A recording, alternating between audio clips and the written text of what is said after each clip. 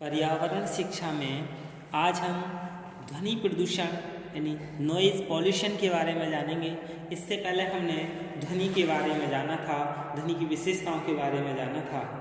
ध्वनि प्रदूषण यानी विज्ञान की निरंतर प्रगति के साथ ही मनुष्य को जीवन के हर क्षेत्र में अनेक उपलब्धियां मिली हैं, पर वहीं उसे अनेक कठिनाइयों का सामना भी करना पड़ा है तथा अनेक परेशानियां भी विरासत में मिली हैं।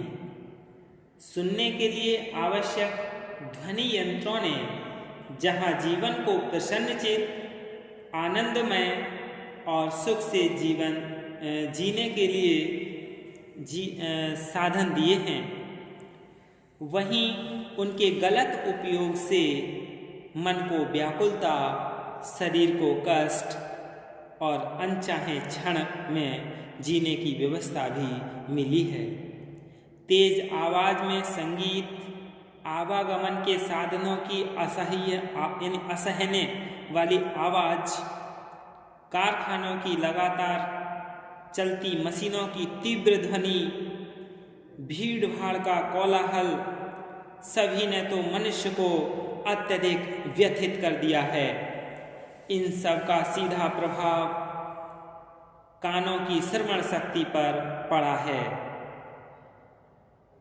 ऊंचा सुनने से जहां मनुष्य की मानसिकता में हीन भावना का प्रवेश होने लगता है, वहीं तेज ध्वनि से उच्च रक्तचाप यानी तेज ध्वनि से क्या है, उच्च रक्तचाप,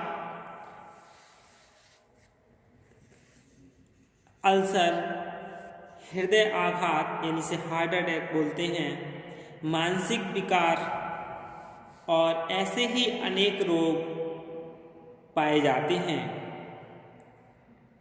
यह ध्वनि विकार हैं जो अदृश्य हैं और अत्यधिक प्रभावी हैं। इसे ध्वनि प्रदूषण का नाम दिया गया है, यानी जिसकी वजह से ये सभी समस्याएं होती हैं। Doctor VK. राय के अनुसार अनिच्छापूर्ण ध्वनि जो मानवीय सुविधा, स्वास्थ्य व गतिशीलता में हस्तक्षेप या कुप्रभाव पैदा करे, वह ध्वनि प्रदूषण है। इसी तरह से डेड वाइडल ने भी अपनी परिभाषा दी, यानी हमारे पर्यावरण में शोर इस सीमा तक फैल जाए कि जन सामान्य को क्षुब्ध या चिड़चिड़ा करने लगे तो उसे ध्वनि प्रदूषण कहते हैं। Noise that permits our environment to the extent that is irritates the general public may be termed noise pollution। Maxwell की भी परिभाषा यही है कि वह ध्वनि जिसे कोई भी सुनना पसंद नहीं करता है, शोर कही जाती है। शोर पर्यावरण प्रदूषण का एक प्रकार है। Noise is any sound that is not wanted. It is one of the most common forms of atmosphere pollution.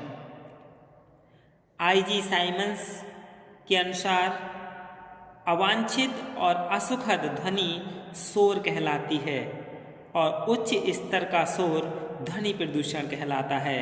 Unwanted and unpleasant sound is called noise and A loud noise में बी कॉल्ड नॉइज पॉल्यूशन। तो इन सभी परिभाषाओं से भी यही निष्कर्ष निकलता है कि जो ध्वनि हमें पसंद नहीं है, यानी जो हमारे सहनीय नहीं है, जिसे हम सह नहीं सकते, और उस तीव्र ध्वनि को सुनने के बाद हमारे शरीर में बहुत सारे विकार यानी चिड़चिड़ापन, हृदय आघात, कभी कभी तेज धमाके से हार्ट अटैक भी हो जाते हैं और बीपी हाई हो जाता है।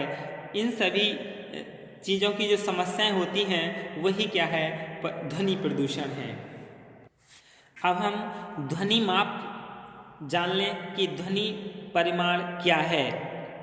जैसे शांत शांत की प्रबलता तो 0 डेसिबल है। सांस लेना यानी सांस लेने की कितनी डेसिबल होती है? 10 डेसिबल, जिसमें व्यक्ति फुसफुसाहट करता है। पत्तियों की खड़खड़ाहट इसमें 20 डेसिबल और धीमी बातचीत जो दो व्यक्ति कानाफुंसी करते हैं उसमें 20 से 30 डेसिबल की आवाज़ होती है। सामान्य बातचीत में 30 डेसिबल, घड़ी की टिक टिक 30 डेसिबल, रेडियो से संगीत 50 से 60 डेसिबल, ऊंचे स्वर से बातचीत 60 डेसिबल, ऑफिस की आवाज़ 50 से 60 डेसिबल, पुस्तकालय की 35 से 40 डेसिबल और टेलीफोन की घंटी इसकी 70 डेसिबल, टेलीविज़न परिवार के साथ 70 डेसिबल, वैक्यूम क्लीनर की आवाज़ भी 70 डेसिबल और प्रिंटिंग प्रेस की आवाज़ भी 80 डेसिबल और बच्चों का खेल इसमें 60 से 80 डेसिबल की ध्वनि की प्रबलता होती है। फिर है रोड ट्रैफिक 60 से 90 डेसिबल, घास काटने की मशीन 90 से 100 डेसिबल, भारी ट्रक यातायात इसकी 90 से 100 डेसिबल, मोटरसाइकिल की 105 डेसिबल, रेलगाड़ी की सीटी 110 डेसिबल, डेक संगीत यानी डेक पर जो संगीत सुनते हैं उसकी 110 से 115 डेसिबल और वायुयान की 90 से 130 डेसिबल, बिजली की गड़गड़ाहट 120 डेसिबल, जेट वायुयान की 140 डेसिबल की प्रबलता होती है। चेतावनी सायरन इसकी 150 डेसिबल की होती है। इसके बाद पटाखे और बॉम्ब यानी पटाखे और जो बम होते हैं उनकी 120 से 170 डेसिबल, खान विस्फोट 120 से 140 डेसिबल और गैस कुकर विस्फोट 120 से 140 डेसिबल, आमने सामने वाहन भिड़ंत 140 से 170 डेसिबल, फैक्ट्री बॉयलर का फटना यानी सीमा से परे है। एक मनुष्य सामान्यतः 80 डेसिबल तक की ध्वनि सहन कर सकता है। 120 डेसिबल से अधिक आवाज़ मनुष्य को कई शारीरिक कष्ट दे सकती है और इससे अधिक की आवाज़ यदि व्यक्ति सुनने की कोशिश करे तो व्यक्ति पागल होने लगता है, कपड़े फाड़ने लगता है और जहाँ तक कि उसकी मृत्यु तक हो जाती है। ध्वनि प्रदूषण के मुख्य स्रोत यानी chief sources of noise pollution यानी सुविधा की दृष्टि से ध्वनि प्रदूषण के स्रोतों को दो भागों में बांटा है, प्राकृतिक स्रोत और मनुष्य द्वारा उत्पादित स्रोत। तो सबसे पहले हम नेचुरल सोर्सेस यानी प्राकृतिक स्रोत के बारे में जान लें कि क्या है। इस श्रेणी में प्राकृतिक प्रकोप जैसे आंधी, तेज वर्षा, तूफान, भूकंप, बिजली की गड़गड़ाहट ये सभी प्राकृतिक स्रोत हैं और ये सभी इसी में आते हैं। दूसरा है मनुष्य द्वारा उत्पादित स्रोत यानी मैन जनरेटेड सोर्सेस। इसमें संख्या अनगिनत है जिन्हें हम कुछ मोटे शीर्षकों में समझ सकते हैं। जैसे सबसे पहले है परिवहन के साधन मीन्स ऑफ ट्रांसपोर्ट। इसमें है ट्रक, कारें, स्कूटर, मोटरसाइकिल, मोपेड, बसें और स्वचालित वाहन जैसे हवाई जहाज, रेलगाड़ी ये सभी मनुष्य द्वारा उत्पादित स्रोत हैं। कारखाने और उद्योग यानी फैक्ट्रीज एंड इंडस्ट्रीज, मशीनें, सायरन, जनरेटर्स अनेक यांत्रिक उपकरण हैं। मनोरंजन के साधन में मीन्स ऑफ अम्यूजमेंट इसमें radio, TV, tape recorder, transistor, नृत्य व डिस्को संगीत ये सभी इसी में आते हैं। फिर घरेलू उपकरण यानी domestic application, washing machine, coolers, lawn movers, mixie, pressure cooker, vacuum cleaner, air conditioner आदि ये सभी ध्वनि प्रदूषण के मुख्य स्रोत हैं। पूजा स्थल के उपकरण यानी प्रेयर इंस्ट्रूमेंट्स, इसमें हारमोनियम, प्रेयर वाले में हारमोनियम और ढोलक, तबला, घुंघरू, लाउड स्पीकर सभी आते हैं। सैनिक अभ्यास की वस्तुओं में टैंक, मशीन गनें, हथगोले, अभ्यास, विस्फोटक सामग्री। इसके अलावा भी आटे की चक्की, मकानों का निर्माण, आरसी डालना, आरसीसी जो डालते हैं। अनेक और भी स्रोत हैं जैसे शहरी भीड़, चहल पहल भरे बाजार, सिनेमा गृह, बड़े बड़े भाषणों के आयोजन भी ध्वनि प्रदूषण फैलाते हैं। ध्वनि प्रदूषण का प्रभाव, इफेक्ट ऑफ नॉइज पॉल्यूशन। ध्वनि प्रदूषण से मनुष्य पर शारीरिक तथा मानसिक दोनों प्रकार का प्रभाव पड़ता है, जो ध्वनि की तीव्रता के आधार पर कम और अधिक भी होता है और अलग अलग प्रकार का भी। साथ ही मनुष्य प्रभाव का परिणाम भी कई सारी बातों पर निर्भर करता है, जैसे अवधि कितनी है, दिन में या रात में, किस किस समय पर, स्थान का संपूर्ण शोर स्तर, ध्वनि की तीव्रता, नियमित जीवन कार्य प्रणाली, व्यक्ति की संवेदनशीलता यानी सहने की क्षमता, व्यक्ति की आयु पर भी आवाज़ का प्रभाव पड़ता है, यानी किस आयु में कितनी आवाज़ सुनने की क्षमता रखता है, सुरक्षा के उपकरणों की क्षमता और विश्वसनीयता भी। ये सभी कुछ और भी बातें हैं जो ध्वनि प्रदूषण का प्रभाव है, जैसे शारीरिक प्रभाव और मानसिक प्रभाव। शारीरिक प्रभाव यानी फिजिकल इफेक्ट। फिजिकल इफेक्ट में क्या है, ध्वनि प्रदूषण का सबसे हानिप्रद प्रभाव श्रवण यंत्र यानी श्रवणेंद्रिय जैसे कानों पर पड़ता है। बहुत तेज आवाज़ से ऐसी जगह काम करने या रहने से जहां निरंतर अधिक शोर रहता है, कान का पर्दा फट जाता है और फट जाने का भय रहता है।